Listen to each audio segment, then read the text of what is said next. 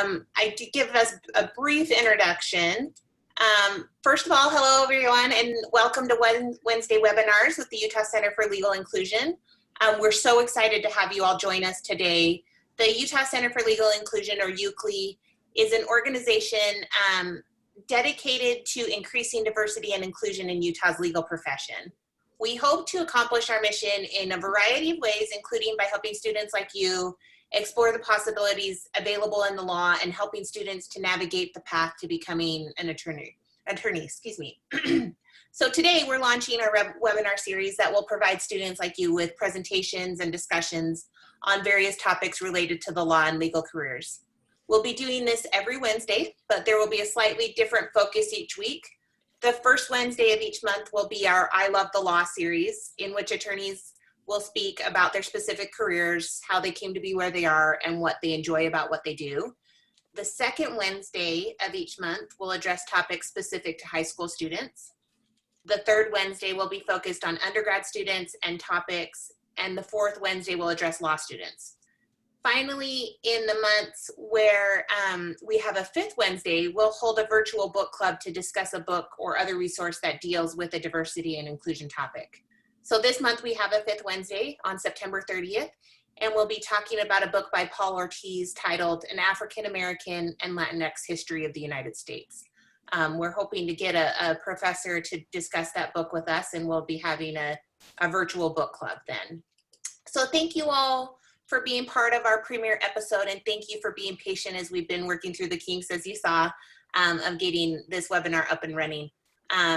Now that we have all of your contact information, we'll make sure you have information about upcoming episodes, and we hope you'll all continue to join us on Wednesdays, particularly when the content applies to you and your current circumstances. So today we're excited to have three great panelists who are all practicing attorneys in Salt Lake, and we'll get Sam Alba on. Sam, I've had the opportunity to work with Sam when I worked at the firm where he works now. He was a former federal magistrate judge, and he now practices at the local at the law firm Snow Christensen in Martineau. Abby Dizon-Maughan also works at a local law firm, Burbidge Mitchell, and Melina Shiraldi works in the civil division of the office for the United States Attorney's Office for the District of Utah. Yay! We have audio, I think, Sam. Or we did for a second. So normally I will read a little longer bio for each panelist, but today I'm going to let them do more of that because we'll be focusing on their different paths to the law. But if you have questions as we go along, feel free to drop them in the Q&A or the chat.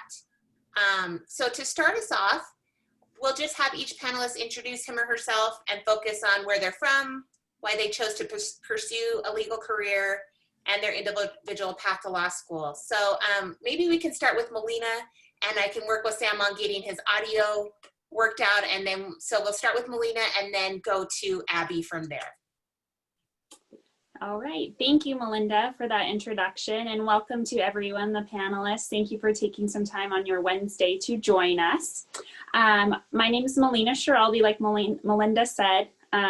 Melinda and I work on projects together, and it's very confusing, Melina and Melinda, to email, so I might get tongue-tied my own self that way.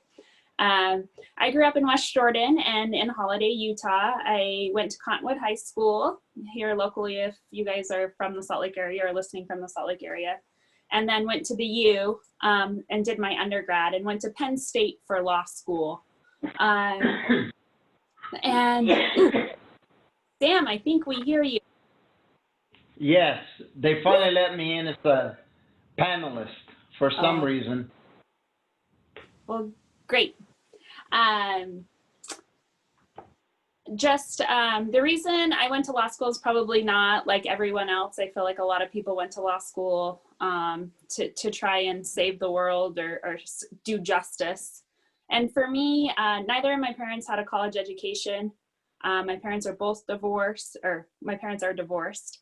And, you know, growing up, it was a struggle sometimes for us. And so I thought that the law would give me a solid foundation. It would be something that I'd be good at. It'd be a marketable profession. and something that I could make a living doing. So that's kind of what steered me towards the law. And like Melinda said, right now I work at the U.S. Attorney's Office here in Salt Lake City, the District of Utah. Most of you may know or have heard of the U.S. Attorney's Office because they prosecute criminals like guns, drugs, fraud, those types of things. But I actually work in the civil group. And specifically, I defend the United States once someone files a lawsuit. So think of like a slip and fall at the post office, or a kind of car accident at Hill Air Force Base, or a federal employee feels like they've been wrongfully terminated. Then they'll file an action against the government, against the United States, and I go to court and represent the United States. So it's a little bit different than most people think. And prior to that, I worked in-house kind of all over the country for oil and gas companies. So I would provide legal support to companies or E&P companies and help them extract oil and natural gas from the earth. And I've kind of had a very mixed path, and finally got back to Utah and recently, and I'm happy to be back home, really. So that's just my path. Thank you, Melina, so much. Abby, how about you? What was your path to becoming a lawyer? Well, as Melinda, see, now I'm going to get tongue-tied because I work a lot with Melinda and Melina on a lot of projects connected to UCLI. So if I get tongue-tied, you'll have to forgive. But just by way of my history, I was born and raised in Kearns, went to Kearns High School. I'm a West Side girl. I still live on the West Side. I live in West Valley. I went to the U for undergrad, and then I went to the U for law school. I decided not to leave to pursue my legal education because when I went, I was called a non-traditional student, which means that I was an old lady when I went to law school. I was married. I had a kid who had just turned 4 the day before I started law school, and I was 30 years old. Most of my classmates were about 8 to 10 years younger than I was when I started. Very few of them had partners, long-term romantic partners, let alone spouses. So it was a very different experience for me as far as law school goes. But if you were to ask me if I regret going a little bit later, I don't. I think that having the benefit of 10 years between my undergrad and law school really gave me some thick skin. Law school is hard. I don't think anybody's going to lie about that. It's hard. It's challenging. It really pushes you to what you think your intellectual limits are. It forces you to grow a lot. And I think that because I had the benefit of being older than most of my classmates and then having the distraction, I mean, and that's probably a really terrible way to describe my relationship, but it was a distraction from law school. Being able to focus on my husband and my son really took me out of that law school space for a little while and made me feel human again. I think that when you're a law student, you don't really feel human because you're so disconnected from life. It's all consuming. You don't, I mean, at least at the U, and Melina will have to share her experiences, but at the U, they discourage you from working your first year. When you become a 2L or 3L or second year or third year law student, you can work, but you're working at a law firm. And so you really aren't connected to real people anymore. And so for me, being able to have my family to come home to was a good way to reconnect to what I thought was like my former self, right? It was the non-law student part of me. I decided to go to law school because growing up, I had always heard that I'd be a great lawyer because I loved to argue. I would always argue with my mom and my dad, with my sisters, with my teachers, with everybody who I could argue with. I was not somebody who shied away from confrontation.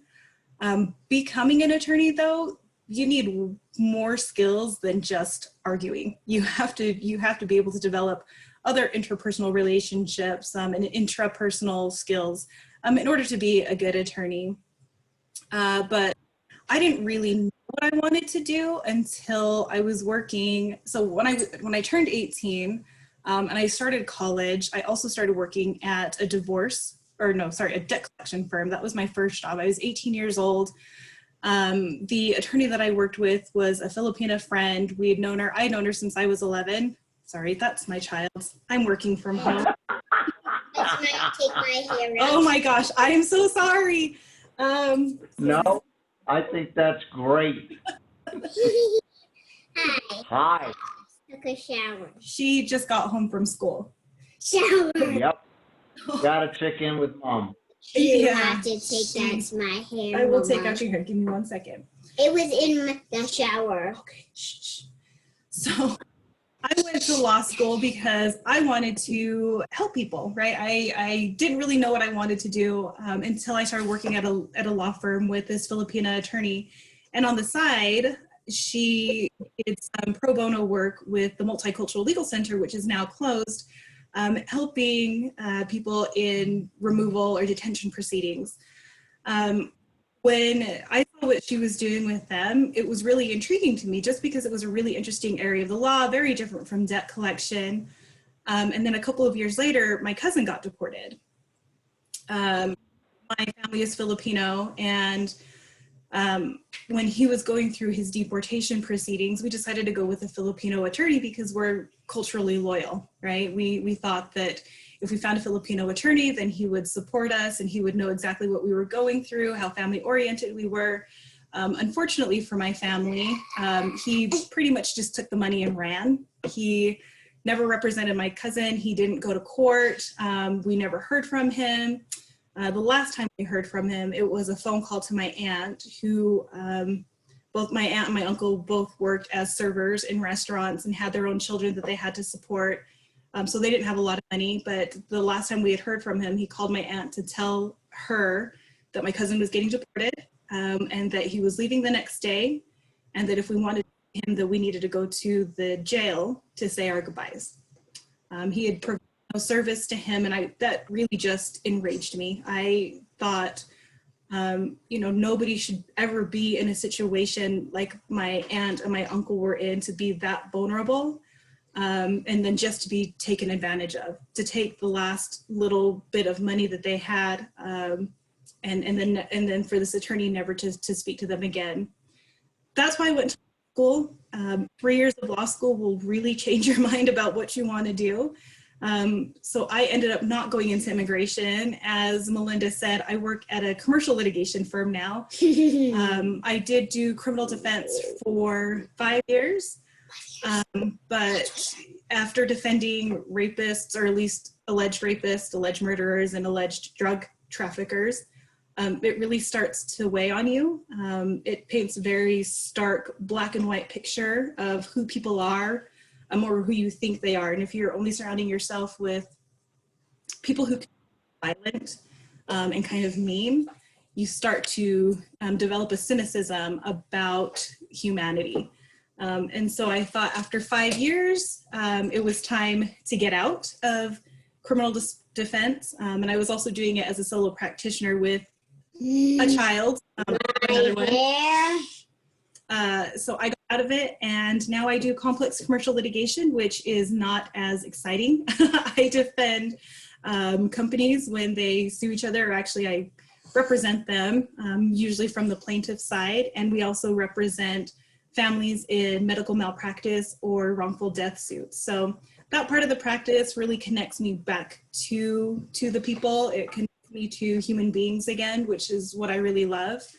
And I also love that I get to learn about a lot of different things. I was just telling my 14-year-old son on my way home from picking him up that today I got to learn all about acquisition, entitlement, and land development, which is something that I don't think I ever would have learned about or found interesting, but because this is something that's important to my client, it's something that's important to me. And so I've really just delved into it. If you love learning about a lot of different things, you would really, really enjoy a career in the law.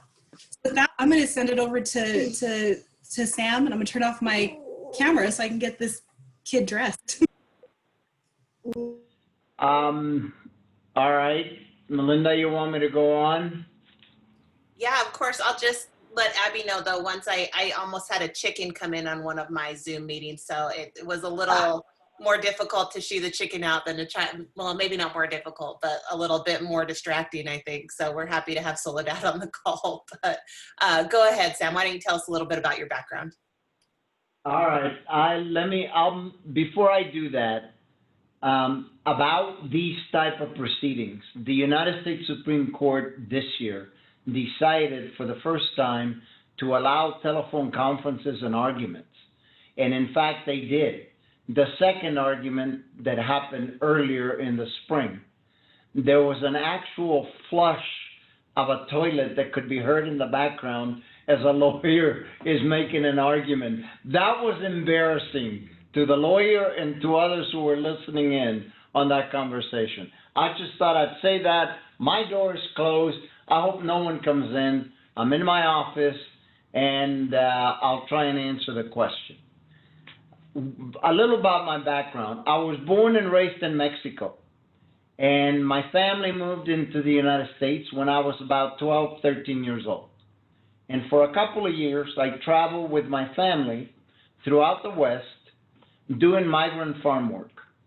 And so that meant that we would leave our little town right across the border from Eagle Pass, Texas, travel to the West in the first or second week in April. So we would miss the last few weeks of school, and we wouldn't be back until mid-October. So we would miss the beginning of the school year, which explains why so many children of migrant farm workers don't finish their education. They get behind at the end of the year, they get behind at the beginning of the next year. So we did that for a couple of years, and then after that, my father got a call from one of my uncles who had moved to a little town in Idaho called Franklin, Idaho. Says, you need to move your family up here. So we did work for a couple of brothers up there at a ranch. They had about 1 million chickens. They were the Woodward brothers in Franklin, Idaho. Marlo Woodward told my father at the end of the Christmas vacation when we got there that I could work before school, after school, and on the weekend, but when school's in session, I couldn't work. So my father said, you might as well go to school. So I ended up at Preston High School. From Preston, my family moved to Salt Lake City, and I moved, at that time, it would have been my senior year at Preston High School. Instead, I left Preston, and I ended up at Utah State University for undergraduate work. Graduated from there. I was on my way to getting an advanced degree in history. However, I got married my last year as an undergraduate, and my wife and I had talked about the possibility of maybe going to law school. And she said, why don't you try law school? If you like it, fine. If not, you can go back and get a PhD in history. And I went to law school at Arizona State. Once I started law school, yes, Abby, you are correct. It was difficult, but I loved it. I fell in love with the law, and I have not looked back. And my career has been one that is really interesting. I consider it interesting. It has kept me alive. It has kept me young, and I'm still practicing law. I graduated from law school in 1972, before any of these women were born, okay? So I've been practicing law for a long time. I've been a prosecutor, I've been a defense attorney, and I was a federal judge, federal magistrate judge for 20 years. I left that 8 years ago, and I went back to work with the law firm that I'm currently in, which is Snow Christensen and Martineau. So what turned my attention to the law? My wife and I had talked about it, and once I started law school, I thought it might give me an opportunity to maybe make a difference in the world. And I thought it would make a difference as far as society was concerned. What I have found is that it has made a difference in a lot of individual lives throughout my career, both as a defense attorney, as a prosecutor, and as a judge.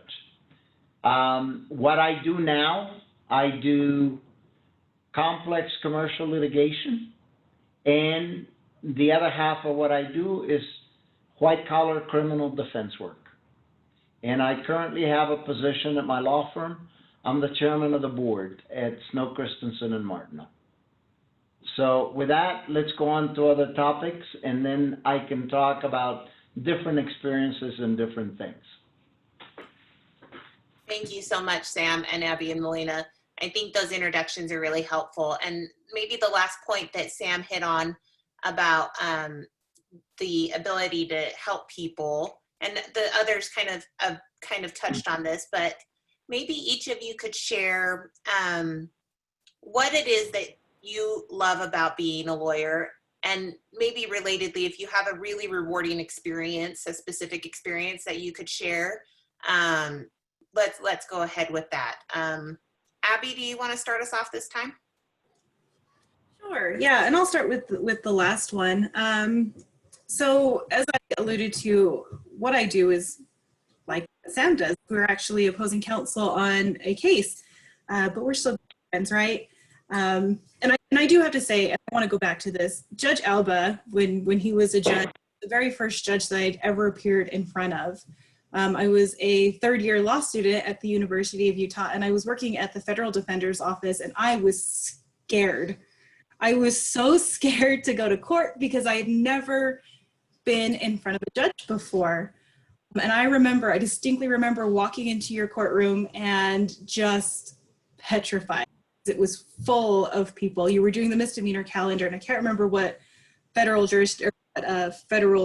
park you were over, but there were a lot of people there. And I think you could probably tell that I was afraid to be there and that I was intimidated. And you were so kind and you were so patient, and you did not point out to anybody that I was a rookie and just flying by the seat of my pants and trying to figure it out as I was up there. And so for that, I've always been grateful for that experience, because if you have the wrong judge and it's your first time in court, it can be very, very scary. It can be very intimidating, and it can scare a lot of people from wanting to go back into the courtroom, because it's not every experience is like that. So Judge Alba, thank you for that.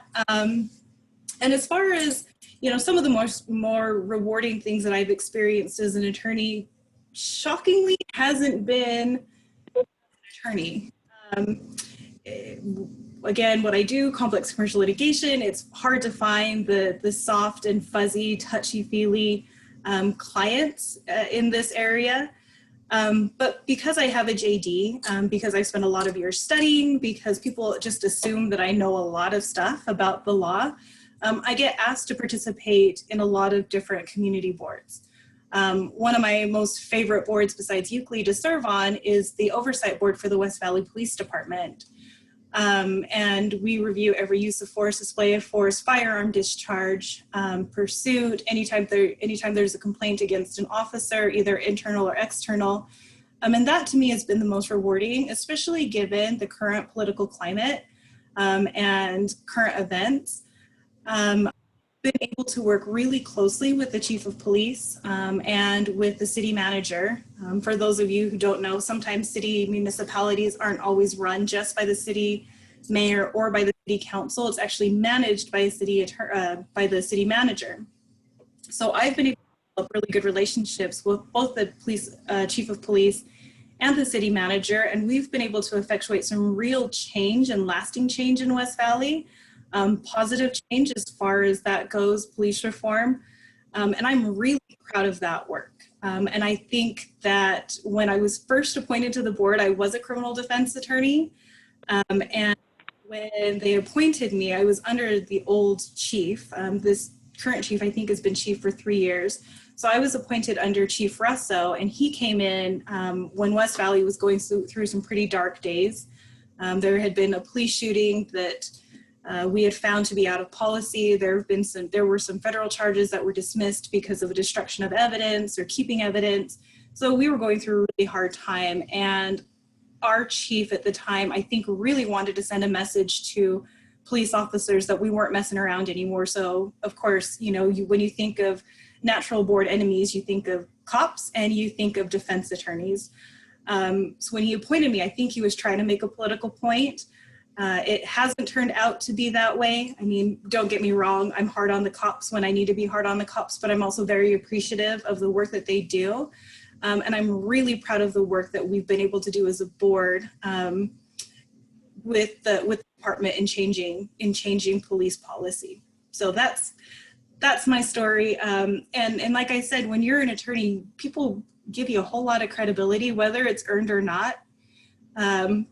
It's an incredible responsibility, and that when I hope that those of you who are thinking about going to law school wield it in the right way. Thanks, Abby. Sam, how about you? Again, my experience is varied and long, but let me just spend a little bit of time on a couple of things. I was interviewed by the Deseret News at about the time that I decided to retire from the federal bench. I was the first Hispanic on the federal bench in Utah.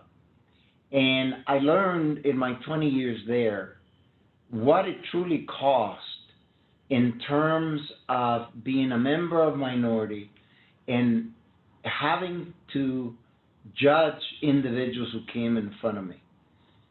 I always tried to use humor in court, and a lot of lawyers appreciated that because it diffused the situation. You need to think in terms of when you're in court, things are heated. The temperature's up for everybody. And so I tried to diffuse the matter, both in civil matters and in criminal matters.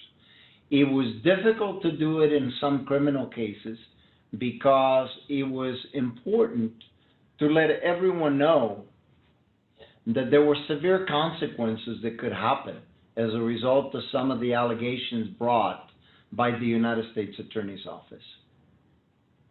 I am currently on a couple of commissions that really take my time, but I love it.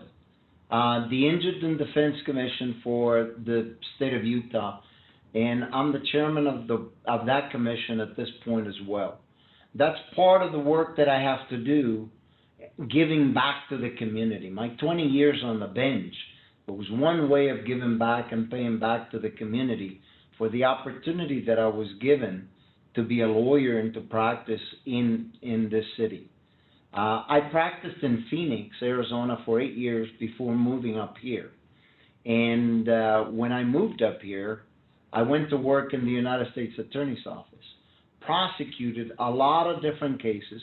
That's where I learned how to prosecute white-collar criminal cases. And that experience has really helped me in the defense work that I do now. I represent big, large entities. I represent big companies in big lawsuits where there's a lot at stake. And what I bring to that is my experience. Now, some cases that have stayed with me,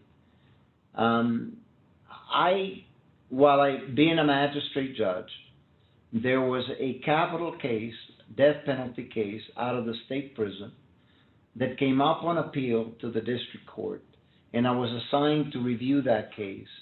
And it ended up, after having reviewed that matter for a couple of years, conducting, I can't remember how many evidentiary hearings, that I prepared a report and recommendation to Judge Campbell, who was the supervising judge on the case, where my recommendation was that, in fact, all the appeals that this particular individual had been exhausted, and that he wasn't entitled to get a new trial.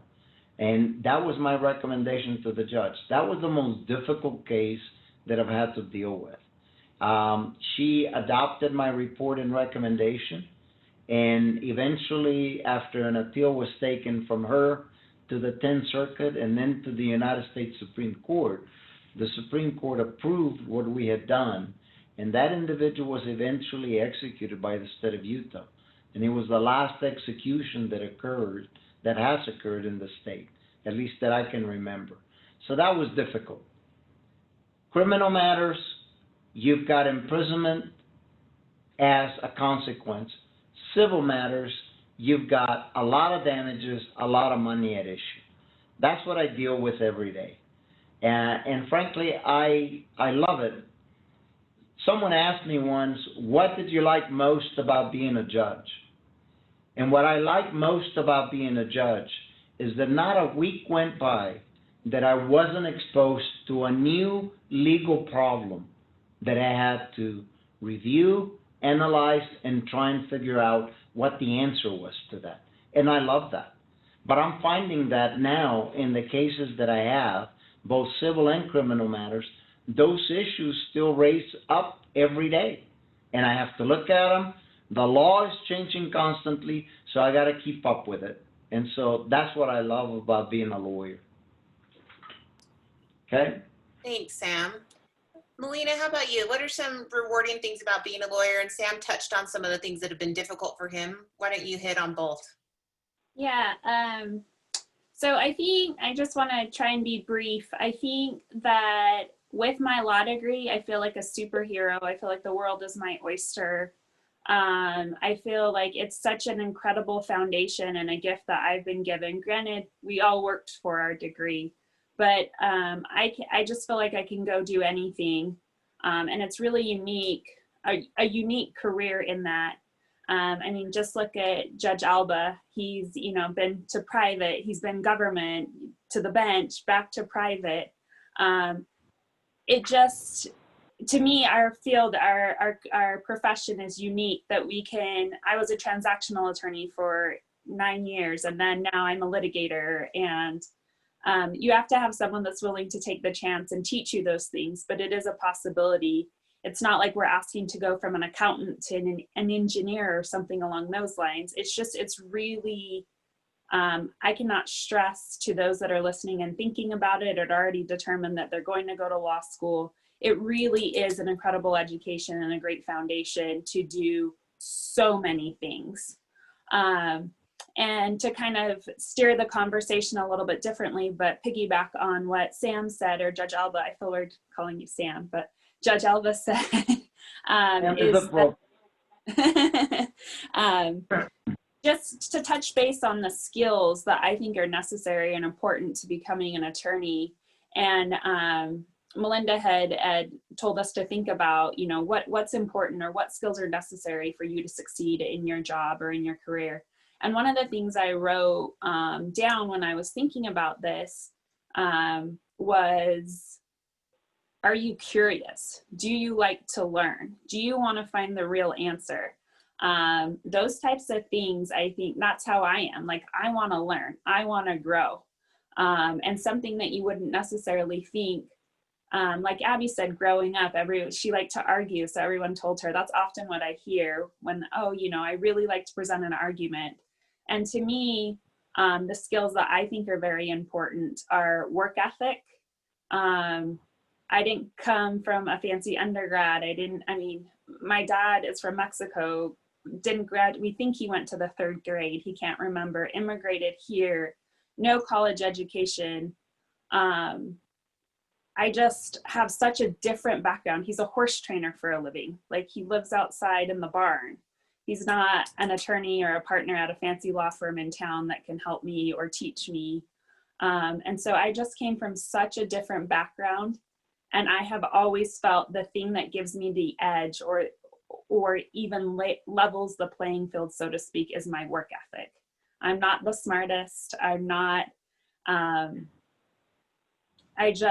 know I can work. Are you willing, if you're willing to do what it takes to do a good job and you're prideful in your work, that's a huge skill. The next one I talked about was curiosity.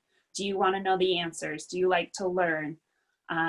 I just, in my job now, and I'm always just trying to take every opportunity to learn. And once I get those opportunities, you have to follow through and you have to work hard, be willing to, I mean, everyone jokes about being a government attorney. But, you know, I put in the work. If I need to work till midnight or work the weekends, like, I do it. I want the opportunity. I want people to keep giving me more opportunities. And something else I think is really important is critical thinking. Do you like to overanalyze things, or when presented with an issue, do you like to analyze or try and come to a judgment based on all the information you get?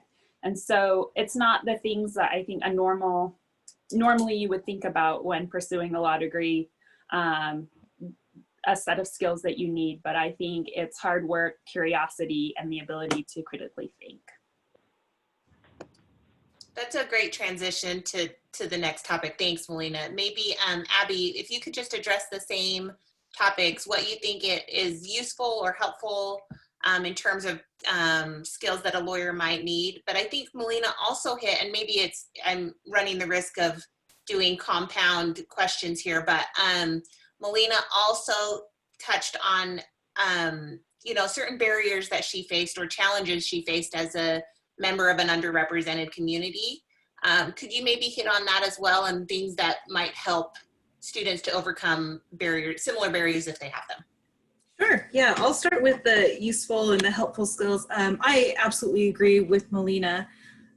You have to be willing to put in the work. You've got to be willing to stay up late, wake up early, work when nobody else is doing the work, because and just to be blunt, when you are a minority female in this field, sometimes the assumption is that you got to where you are because of a hand up or a handout.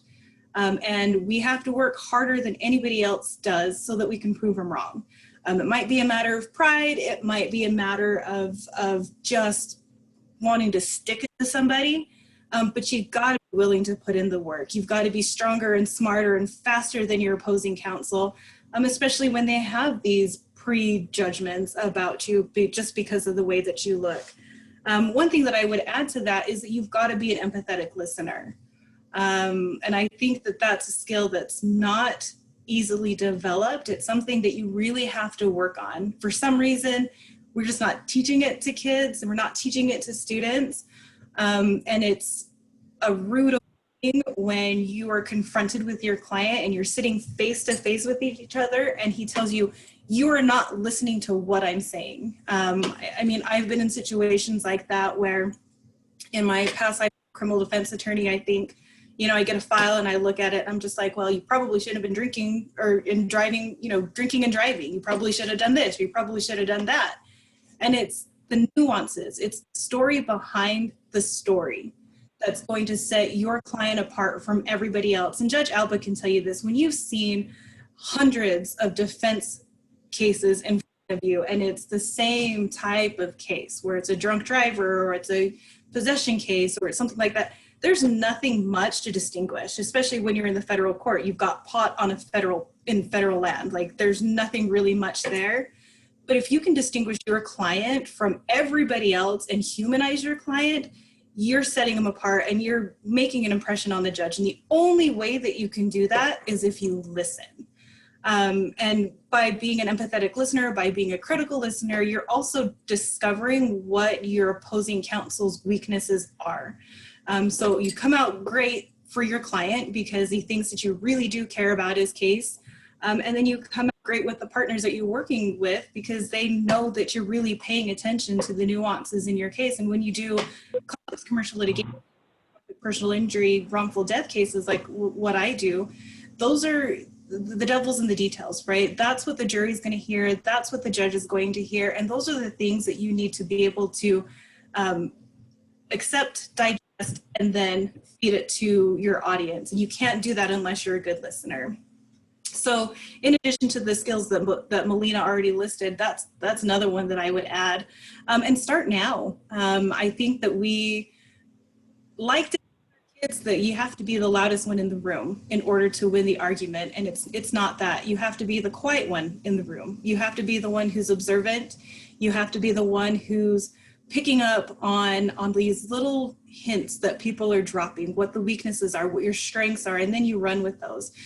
So learn how to be a critical listener and an empathetic listener now before you get to be my age, and then you're embarrassed because you're not listening to your client.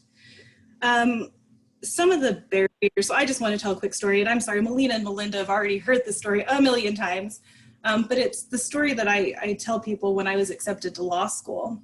So I started working at law firms when I was 18. I worked at law firms for 11 years before I finally applied to law school. And I was working as a paralegal at the firm that I'm currently at now. So I'm an attorney at this firm. I was a paralegal there before I went to law school. And a really busy practice. Anyway, so I applied to law school with the help and encouragement of the people that I work with. They were really excited for me to go. And I'd worked really, really hard to get there because I knew that I was not on a traditional path. I wasn't coming out of undergrad. I didn't have the best undergrad grades and I didn't have the best LSAT score. I was really on paper the type of person that you probably didn't want in a top tier law school. But by some grace, I was accepted. And I know what it was. I went to the dean of admissions and I said, I'm going to come to your law school, whether you like it or not. So let's just talk about what it's going to take for me to come here. So we worked for a couple of hours on my application packet, and lo and behold, I was let into law school. So the day that I got the phone call from the dean, I was in the office alone with one of the clerks who was just doing a summer clerkship with us. And he was at the time between his first year and his second year at Gonzaga. And I get the phone call and, you know, I'm really excited, really, really happy because this is something that I've always wanted to do. I call my husband, he doesn't answer because he's a teacher. He was teaching at the time. And of course, when you're a teacher, you don't get to answer your cell phone in class. All of the attorneys were gone, so I couldn't share it with them. So I shared it with the clerk. And I said, guess what? I got into law school. And he's like, well, of course you did. And I'm like, well, right? Like, I'm super smart and I'm a hard worker. Of course I got in.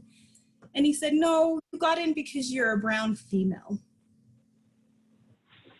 And it's like hearing that was a punch in the gut because I was ready to embark on something that I was really excited to do, something that I was going to do for myself and something that I was going to do for my kid.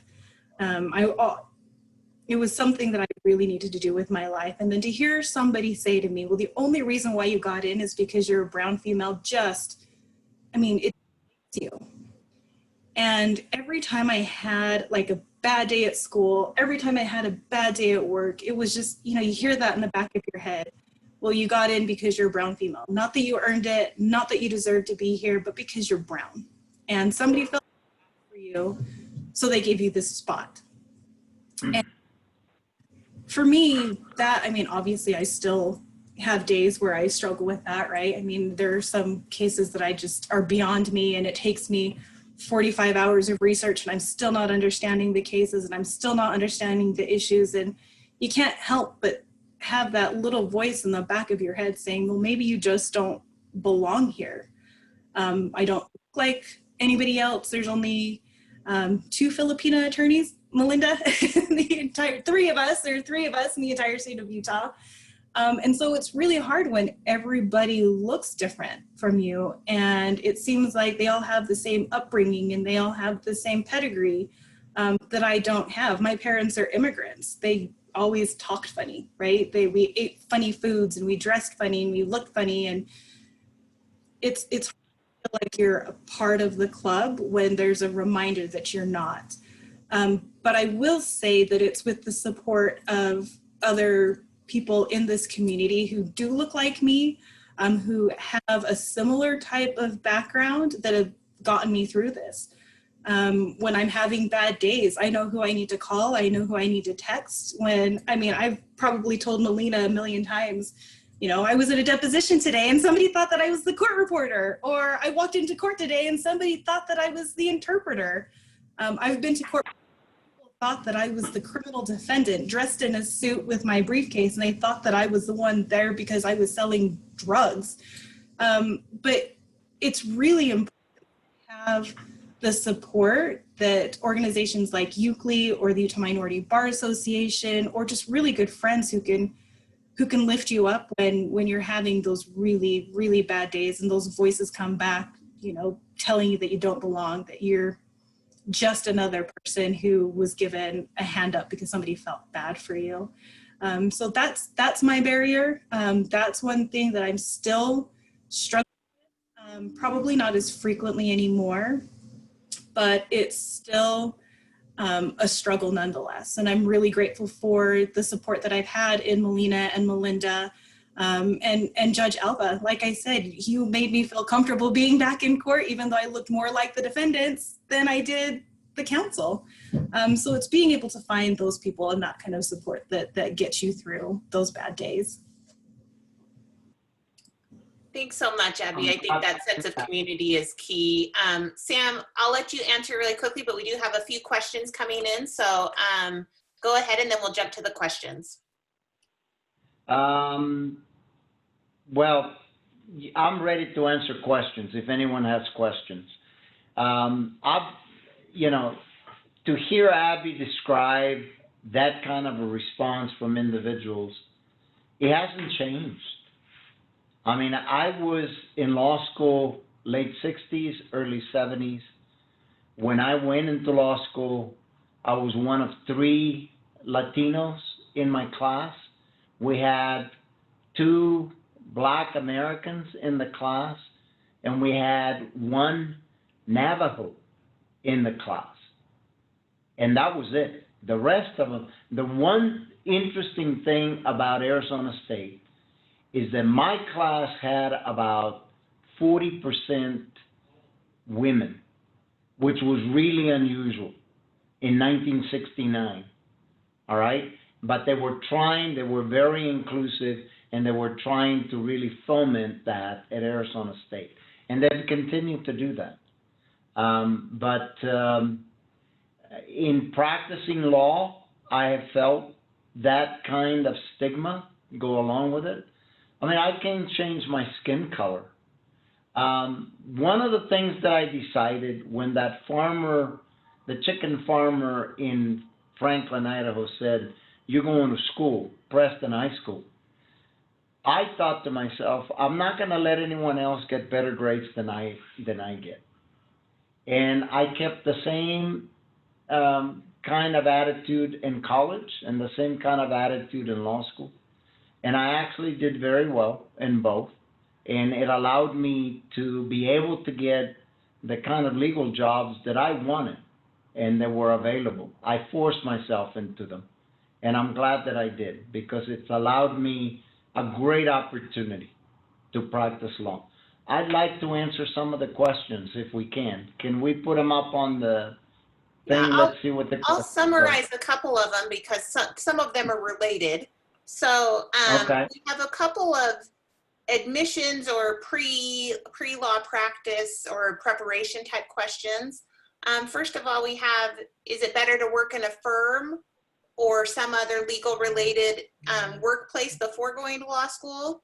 And does it matter where you go to college? What do you guys think about the, the path to law school? Do we have to have a specific pedigree?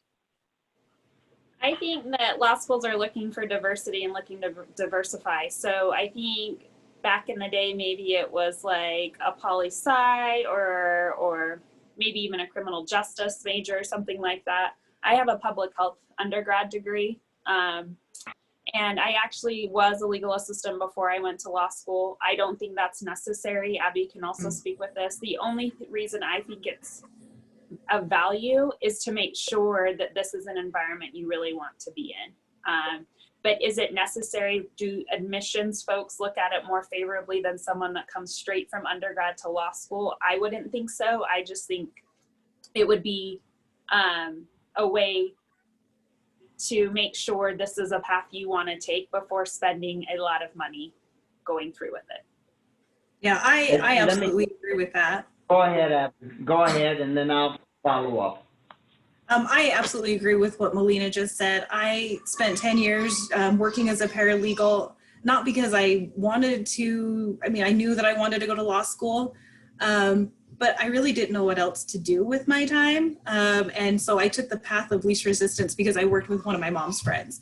But as far as like gaining experience, not really. I mean, you get exposure to kind of the lifestyle of working at a firm if that's what you want to do. But it doesn't really give you like a, once you're in law school. Law school is a, it does a really good job breaking everybody down to the same level. And a diverse student body is more valuable now to law schools than having everybody who looks the same. When I graduated, or when I started with my class, we had a gymnast, we had a research scientist, we had a doctor, we had accountants, we had a couple of stay-at-home moms, we had somebody who came from the U.S. Attorney's Office. So we were kind of all over the place. And I think that law schools really value the type of input that you can give, the perspective that you can give when you all come from different backgrounds. All right, let me add my 2 cents worth into this thing. And I've been asked this question before when I go to talk at undergraduate colleges around the West and different things. One of the things in my background that really helped, I had a double major, political science and history, but my minor was English, because English was a second language to me always. It's always been. My native was Mexico, Spanish, Spanglish, being born and raised along the border. That's a unique, different kind of language. But English, I was glad that I took as a minor in college. When you get to law school, you need to know how to express yourself and you need to know how to write. Mm-hmm. And that afforded me a great opportunity to have that in my background, because the exams are in writing and you have to put it down so that the professor understands, what it is that you're trying to argue or trying to present. And so if there's a question as to what you should do in undergraduate work, take as many English classes as you can, all right? Because I found that invaluable in my experience, okay? So I hope that answers part of that question. That is helpful. And I think the other part that I can answer quickly is, does the college you go to matter? And I would say not really. I don't think, unless I think maybe for some Ivy League schools it might. But I think what really matters is doing your very best at whatever school you're at and getting involved and building relationships with your professors who can write letters of recommendation for you. That will be the key, no matter where you are, is to building that application that will show that you can be successful in law school. So a couple of related questions again. So we're here in a virtual platform because of COVID, which presents some opportunities, but it also eliminates others. So Ermina asks, do we have any advice on how to go about learning hands-on because a lot of job shadowing opportunities are no longer available. Do we have any ideas on that? And then Andy asked a similar question, or something that may be related. How do we connect with minority communities? What's a good way to go about that? Maybe generally and during times of COVID, but if we can touch on the job shadowing during COVID and connecting with communities, we can go from there. Can I start on that? Just offer a couple of suggestions. COVID is not going to be with us forever. And frankly, UCLI is affording opportunities to students to kind of shadow in, and that's part of what's included in the program that we have. I am looking forward to that.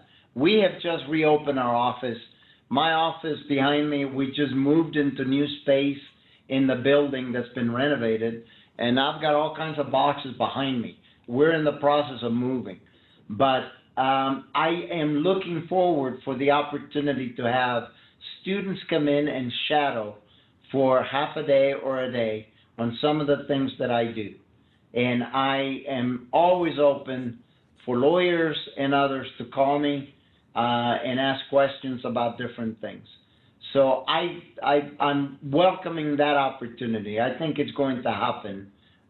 Maybe next year, I'm not sure. But if you can do it, I would encourage you to do it.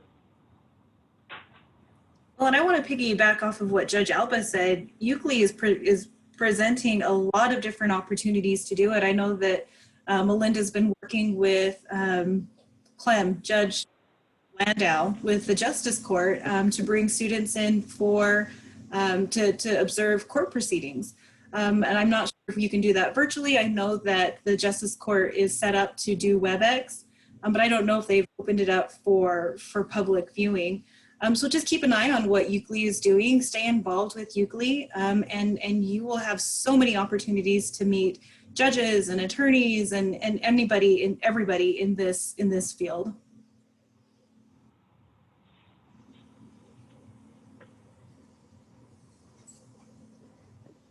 Sorry, I'm not unmuted. Melina, did you have anything to add? No, I was just going to touch on another question. When you asked us to think about challenges, I was just going to briefly, challenges with being a diverse applicant, or kind of piggyback on what Abby said. One of the things I wrote down is being Catholic in an LDS community, and something that I grew up here in Utah. It's a different time. I think it's a different community now coming back, and I have kids now that will be going into the school system, but it was really something that I was worried about coming back. And to whoever asked the question, to those of you that aren't LDS trying to practice in this community, I want to just tell you that, in my opinion, this is an amazing legal community. I've practiced other places. The camaraderie and the opportunities in this legal community are not like others. Like Abby and Judge Alba said, they're opposing counsel. Everyone's cordial. And for the most part, it's a really amazing really amazing legal community. I have had 3 mentors in my life, significant mentors, that I would not be where I am today in my profession without them. All older white men, 2 of them LDS. Never once have they asked what my religion was, and nor have they ever cared. And so to those of you that aren't, don't let that be a limitation for seeking out mentors that may or may not be.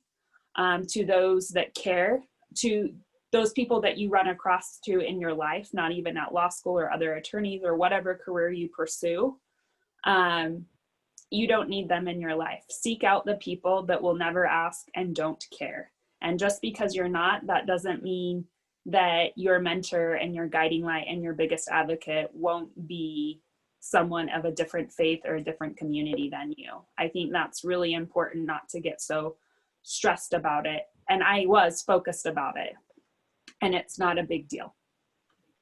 Thank you so much, Melina. I think that's the perfect note for us to end on.